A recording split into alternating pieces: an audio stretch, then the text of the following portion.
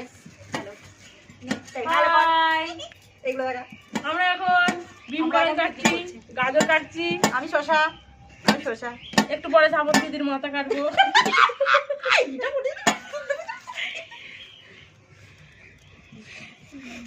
না ওইটাই রাখ করবে এবার।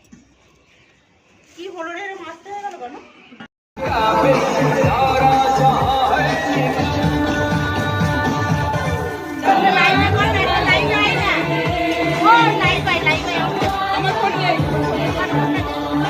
আচ্ছা আমি ভিডিও করছি তো।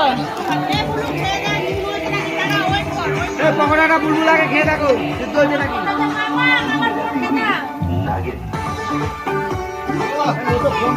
আরেকটু হবে নুন দিতে হবে।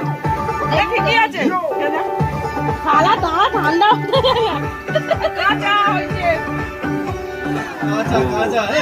ওই আরো ভাজা হবে।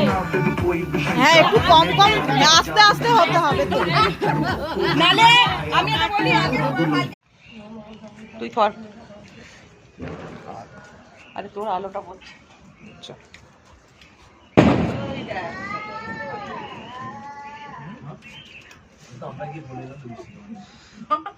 তোমা দেখ